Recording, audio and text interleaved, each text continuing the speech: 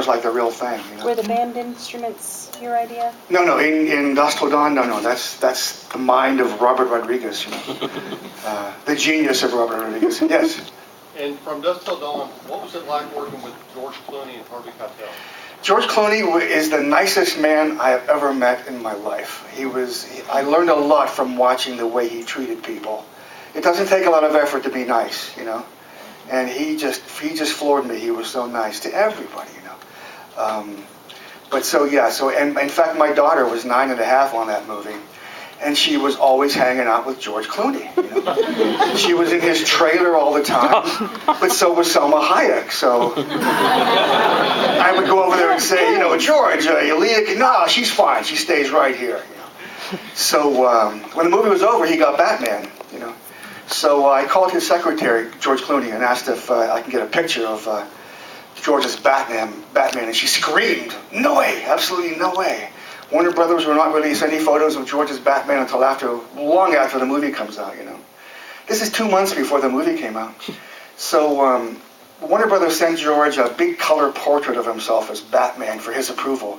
He said, "What the hell with them? Good, happy birthday, Lee," and he FedExed it to my daughter. So she was the only one in the world to have a picture like that. And Harvey Keitel's daughter was on the set, and she was also 9.5. And he would say to me, you're letting your daughter come in with all these topless dancers in the nightclub? Yeah, he's not going to be a kid forever, So his daughter Stella and my daughter hung out, and we smoked cigars together. And I've killed him before, Harvey. And I killed him in a movie called Two Evil Eyes. Yeah. He's the guy that was hoisted up with the pole up his butt. Anyway, any questions? Am I missing anybody back there? Yes. Wait, I'll get you in a second. Way back there. You said in articles that you're the most proud of the Prowler. Really? I said that? But what's your question? Well, basically, if that was true, or are there any movies that come close to, what you're the most proud of? Well, it's a tough question because, they're all my children. All these effects. Fluffy was tremendous. The creature in Creepshow. But then I think of Lizzie, the creature in the closet from Tales from the Dark Side. They're all my children. But do I have a favorite? No, I don't. Anybody? Go ahead. I'll get you. Yeah. Yeah, when you're hired onto a project, how much of it is, okay, Tom, this is what we want, give it to us, versus, hey, man, you know what to do here? Sometimes it is that. Sometimes it's, you know what to do, I have 2 books out there called Grand Illusions because I think of effects as magic tricks, and they are magic tricks. Some directors don't know how to create a magic trick, like what to shoot before, what to shoot after. Eventually, my contract said that I would direct the scene that my effects were in, just the effect stuff. I always like to put, if it's a rubber axe, get a real axe first and take a chunk out of a wall, so now it has power. Then the rubber axe hits the girl, and it gives you a little special feeling, So, and a lot of times the script is very descriptive about what they want. But like in Creepshow, for the crate creature, it said, we see a blur of fur and some teeth. Well, that left it wide open, So I had friends do sketches, I did sketches, and we gave them all to Stephen King and George Romero. He picked one of mine, and that's how Fluffy came to be. So I like when that happens, when you fill in the blanks, Yes? No, go ahead. What is your favorite kill from your favorite Friday the 13th movie? What's my favorite kill from my favorite Friday the 13th movie? I don't know. I kind of liked all of them,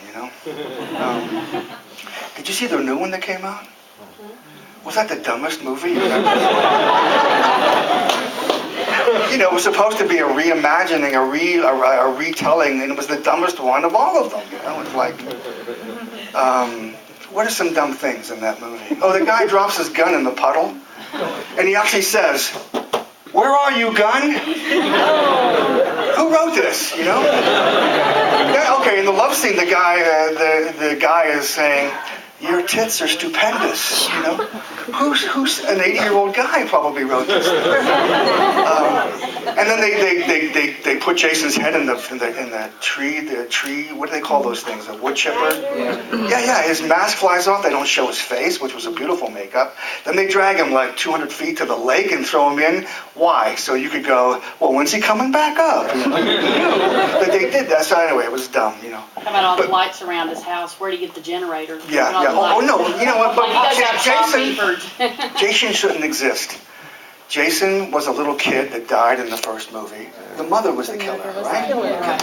But I talked to Betsy Palmer about this, and she said, no, we never found his body. So, okay, Betsy, that means he crawled out of the lake. He didn't know where he was, and for 35 years later, you know, he's still running around eating crayfish or what, you know. So, I don't know, I always have this thing against Jason. I mean, I got to kill him in part 4 because it was called the final chapter, because the series was waning, and I thought that's why it's called the final chapter. It was supposed to be the last one, but it made so much money, and well, you know, money talks. So. You're going to say, I think there's going to be a Friday the 13th, part 13. It's up to 12 now, right? Something close to that? Yeah. Back there.